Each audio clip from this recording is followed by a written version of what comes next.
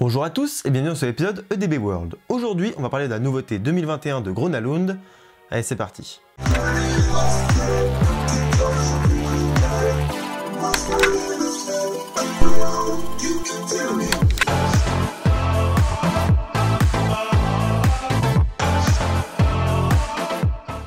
Avant de commencer, je vous invite à vous abonner à cette chaîne si vous souhaitez soutenir mon travail. De plus, n'hésitez pas à me rejoindre sur TikTok, c'est une autre manière de voir les parcs et donc une autre manière pour moi de vous présenter ce que je fais. Gröna Lund est un parc qui se trouve en Suède, plus précisément à Stockholm, et qui a ouvert en 1883. C'est donc un très vieux parc qui a accueilli environ 1,7 million de visiteurs en 2019. Ce qui est un chiffre tout à fait correct et qui leur permet d'avoir tout de même de belles machines. Il comporte 31 attractions différentes, dont 7 montagnes russes, mais il faut quand même noter que dans ces 7 montagnes russes, comme dans tous les parcs en général, toutes ne sont pas aussi intéressantes et aussi sensationnelles à faire. Ce parc a plusieurs spécificités intéressantes. Déjà, sa localisation, il se trouve sur une île, comme il en existe énormément en Suède, vous le savez sûrement, et donc le parc est au bord de l'eau. Ce qui, du coup, lui confère très peu d'espace. En effet, il ne dispose que de 3,8 hectares de surface, ce qui est extrêmement faible pour un parc, surtout quand il accueille 1,7 million de visiteurs par an. À titre de comparaison, le parc Astérix, lui, en possède quasiment 10 fois plus, avec 34 hectares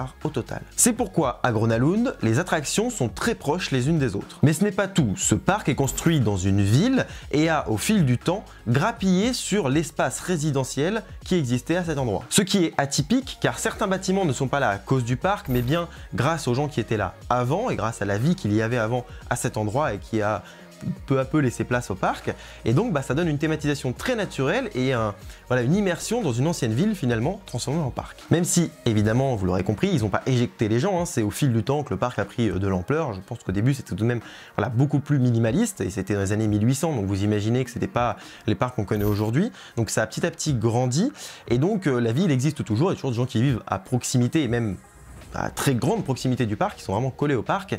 Mais voilà, le parc a pris petit à petit de l'espace pour pouvoir s'agrandir et je pense que ça pose pas plus de problèmes que ça. Durant mes recherches, j'ai pas trouvé de problème avec la population, mais c'est vrai que cette histoire déjà, elle est intéressante. C'est assez impressionnant de voir comment ils ont intégré les coasters dans ce parc, avec par exemple des attractions qui passent littéralement au-dessus des visiteurs, mais pas seulement leurs rails, également leurs supports, qui ont été enlevés du sol afin de laisser passer les gens et de minimiser le nombre de supports dans les allées. Et donc vous avez des sortes de fondations de montagnes russes qui se trouvent à 2 mètres du sol, avec une structure à plat en métal, avec des gros IPN en métal, qui vont soutenir toute l'attraction et passer au-dessus du visiteur. Donc c'est atypique, ça se ferait pas forcément comme ça aujourd'hui, c'était surtout avant, quand il n'y avait pas trop de solutions au niveau de la technique, on mettait une sorte de fondation aérienne en fait, qui maintenait le coaster, mais c'est quand même exceptionnel de voir ça et de pouvoir passer en dessous, et ça donne des images un peu, à la fois pas forcément très jolies, parce que ça fait quelque chose de très métallique au-dessus, mais à la fois c'est quand même atypique. Quoi qu'il en soit, parmi les montagnes russes intéressantes, nous avons Insane, qui est un coaster que je dirais à plat, un coaster en 2D en fait, de chez Intamin. Le modèle se nomme Zack Spin et il a la particularité de prendre très peu de place au sol, ce qui est bien pratique à Gröna Lund. Il fait 33 mètres de haut et a une capacité horaire de 800 personnes par heure, ce qui est juste ce qu'il faut pour ce type de parc, voire presque limite, mais bon, c'est aussi le type d'attraction qui veut ça. Nous avons également un coaster du constructeur Anton Schwarzkopf, dont je parle très régulièrement en ce moment dans mes vidéos. Mais c'est logique, c'est d'une part un constructeur très réputé dans le domaine, mais également un constructeur qui a inondé le marché avec toutes ses machines. C'est du coup machines qu'on retrouve aujourd'hui encore dans beaucoup de parcs. Cette attraction se nomme Jetline, parce que chez Schwarzkopf, on a beaucoup d'attractions avec le diminutif jet au début ou à la fin, c'est au choix. Il fait 32 mètres de haut, 800 mètres de long et atteint les 90 km/h. A un rendement plus que correct de 1300 personnes par heure et a la particularité d'avoir été retraqué, donc a vu son parcours modifié par l'entreprise Morers Ride, qui lui a d'une part accentué la drop mais également créé un tunnel au pied de cette dernière. D'ailleurs, petite parenthèse, je vous l'avais pas dit dans l'épisode EDB World sur les lifts qui se trouve en fiche si ça vous intéresse, qu'il y avait des lifts à chaîne qui pouvaient former un virage comme sur ce coaster. Dans cette vidéo, j'avais omis de parler de ce système de lift dans la mesure où j'avais tout simplement pas trouvé durant mes recherches et c'est dans les commentaires qu'on m'a parlé de Jetline à Gröna Lund et donc j'ai dit il faut que j'en parle et aujourd'hui c'est le cas. Donc ce type de lift, c'est très peu présent, c'est très rare dans la mesure où je pense que c'est tout simplement plus contraignant d'une part pour le moteur parce qu'il va devoir délivrer une plus grande puissance du fait de la friction dans ce virage à cause de la chaîne, mais aussi que la chaîne elle-même doit être particulière car une chaîne ne va pas dans un sens faire de courbe, elle va rester très rigide. Donc je pense que c'est pas mal de techniques à revoir et que c'est finalement pas du tout pratique. C'est vrai que là, dans ce parc, ça l'est parce que ça permet, je pense, de gagner pas mal d'espace, mais on lui préférera un lift à pneus qu'un lift à chaîne pour former un virage. Vous remarquerez également que ce coaster passe au-dessus et entre et à côté de nombreuses autres attractions, dont des coasters, et qu'il est très aérien et donc a une place au sol très limitée. Encore une fois, il s'adapte aux contraintes du terrain. Vous trouverez aussi un Suspended Family Coaster du constructeur Vekoma. C'est un modèle plus petit que celui qui ouvrira cette année au parc du Bocas. Il y a un coaster hybride, donc fait de bois et de métal, du constructeur Gravity Group, une société très réputée dans le domaine et qui se nomme Twister. Cette attraction est donc hybride, ça veut dire que ses supports sont en métal. Pourquoi en métal et pas en bois? Parce qu'en fait, les supports de montagne russe, on va dire en bois en général, vont devoir être démultipliés car on n'a pas de support unique comme sur les coasters en métal, donc Osiris, Goudurix qu'on peut citer, avec des supports tous les 5-6 mètres qui sont assez restreints au niveau de la place au sol. Ici, pour un coaster hybride ou en bois, on va avoir une structure assez imposante dans la mesure où il faut démultiplier les morceaux, soit de bois, soit de métal, pour supporter le poids du train et du rail en général. Donc, pour déjà limiter un petit peu cet espace, on va prendre que du métal pour les supports. Ici, on va devoir aussi également abaisser la hauteur, c'est-à-dire que plus l'attraction va être haute, plus il va falloir prendre de place au sol, dans la mesure où plus elle va monter, plus les supports vont devoir s'écarter. Et donc, pour commencer, on va dire par exemple les forces dans les virages, ou alors voilà, en fait la force que va procurer un train sur le parcours. Donc on va limiter la hauteur. Ici je crois qu'il fait une quinzaine de mètres l'attraction.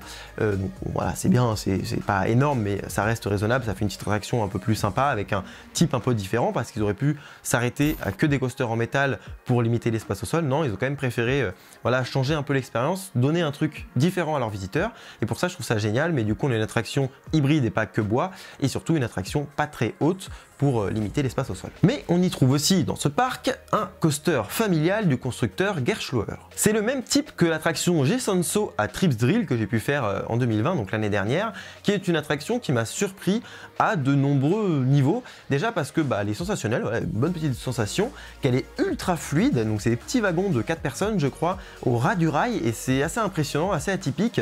G-Senso est le premier modèle du genre et je pense que là c'en est encore un autre qui arrive après, mais pour avoir fait celui de Trips Drill, je peux vous dire que c'est plutôt intéressant et plutôt sympa.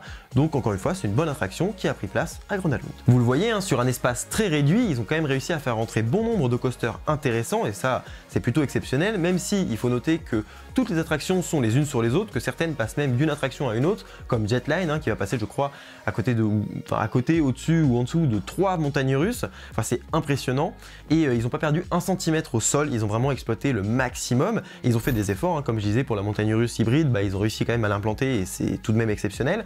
Donc ils ne s'arrêtent pas à leurs contraintes et vont toujours repousser les limites, quitte à devoir faire des concessions et devoir créer des structures impressionnantes avec des trucs très aériens, très hauts, histoire de pas prendre d'espace au sol et au final d'utiliser un même espace pour 2 attractions. Dernière anecdote sur Gronalund, c'est un lieu très réputé pour les concerts. Je vais vous citer 2-3 groupes qui se sont produits dans ce parc. Donc on a entre autres Jimi Hendrix, Bob Marley, ABBA ou encore le groupe Europe. Donc clairement c'est du très haut niveau et c'est assez exceptionnel en fait d'avoir ça dans un parc et ça regroupe toujours beaucoup de monde. Je crois que le record c'est pour Bob Marley, c'était 32 000 personnes, c'est quand même énorme encore une fois pour un espace aussi réduit et ça fait beaucoup de vie. Moi j'aime bien quand les parcs ont comme ça des ambitions de vouloir accueillir beaucoup de monde, pas forcément que pour les attractions mais aussi pour d'autres choses et ça rejoint un peu le côté festival, le côté événement comme ça et je trouve que c'est hyper chaleureux. Je pense que quand on est dans un parc et qu'on voit un concert en plus de faire une journée, j'ai pu le faire à un moment, il y avait une sorte d'événement Astérix hors saison organisé par une société d'événementiel, enfin un groupe d'événements. C'était hyper sympa, assez atypique et c'est vrai que ça donne une dimension excellente à la soirée parce que l'univers, l'endroit dans lequel on se trouve n'est pas seulement un terrain avec des scènes, mais on a tout un univers autour avec des attractions, aussi de la théma, enfin bref, c'est vraiment atypique, vraiment sympa et ça se passe à Gronalund. Bref, passons sur cette histoire de Gronalund qui est tout de même très conséquente et attardons-nous sur la nouveauté 2021 de ce parc. Il s'agit d'un Inverted B&M, donc une attraction inversée du constructeur Bolliger et Mabillard. En fait, c'est le même type d'attraction qu'on a au parc Astérix et qui se nomme Osiris. Il se nomme Monster et non pas The Monster comme son grand frère Awalligator. Il fait 34 mètres de haut, 700 mètres de long, atteint les 90 km/h et possède 3 inversions. De plus, il procure jusqu'à 4,5 G de force, ce qui s'annonce comme une attraction plutôt intense. Son layout, autrement dit son parcours, est, au vu des contraintes, vachement bien foutu. Déjà, sa drop fait une sorte de demi-tour, sa gare est enterrée et donc le frein final plonge littéralement sous le sol. On a donc clairement l'impression qu'ils ont tordu un coaster afin de le faire rentrer dans ce parc. En effet, c'est une salade de métal posée au bord de l'eau. En termes d'inversion, on a 2 0 G-roll ainsi qu'un corkscrew, donc pour faire simple, ce sont 3 vrilles améliorées. Pour le reste des figures, on a un Junior Immelmann, donc une sorte de virage très relevé, mais aussi un Camelback qui est une bosse finalement, qui va passer par-dessus un bâtiment afin de ne pas détruire ce dernier et de permettre au coaster de finir son parcours. Bref, ça s'annonce comme une machine bien punchy et surtout assez déconcertante. Un peu à l'instar de Black Mamba à Phantasialand, mais en encore plus compact. Je suis d'ailleurs ébahi quand je vois à quel point le constructeur arrive à construire ce genre d'attractions qui de base prennent énormément de place et ont des structures, des supports qui sont très imposants. Bah là en fait ils arrivent vraiment à faire une machine beaucoup plus petite et beaucoup plus compacte finalement, qui va donc s'adapter au terrain, et pour ça je leur dis chapeau car tous les constructeurs n'en sont pas capables, et surtout si l'attraction est sympa à rider et offre de bonnes sensations, c'est un carton plein. D'ailleurs, dites-moi dans un sondage qui se trouve dans l'onglet communauté de ma chaîne, qu'est-ce que vous pensez de cette attraction et donc de cette nouveauté à Grenaloon. C'est à présent la fin de cette vidéo, merci d'avoir suivi jusqu'au bout, je vous dis à bientôt pour un prochain épisode de DB World, d'ici là, soyez enthousiastes, salut!